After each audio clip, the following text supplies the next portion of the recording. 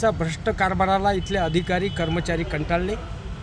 त्यांच्याकडून पर्सेंटेज मिळाल्याशिवाय त्यांचे पगार काढला जात नाही। 6-6 महिन्यापासून त्यांचे पगार पेंडिंग ठेवले आता, त्यामुळे ते रुग्णांना सुविधा देऊ शकत नाही। त्यांची मानसिकता खच्चीकरण करण्याचं काम इथला जिल्हा शल्य चिकित्सक करत आहे। रुग्णांना जो आहार दिला जातो, जे जेवण दिला जातो, नाश्ता दिला जातो, त्याच्यामध्ये 40% जर जिल्हा शल्य चिकित्सक भ्रष्टाचाराची मागणी करत असतील तर त्यांना कोणत्या पद्धतीचं जेवण मिळते हे खऱ्या अर्थानं तपासण्याची गरज आहे।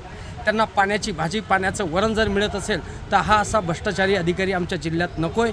त्यांच्यामुळं आणि वरतून त्यांची मगरुरी खूप मोठी आहे। ते म्हणतात की मी मुख्यमंत्र्यांचा लोकप्रतिनिधीचा माणूस आहे, तुमच्याकडून जे वाहतं माझं ते करून घ्या, अशा धमक्या वजा इशारा ते कर्मचाऱ्यांना देता, नागरिकांना देता। या घटनेचा आम्ही निषेध करतो।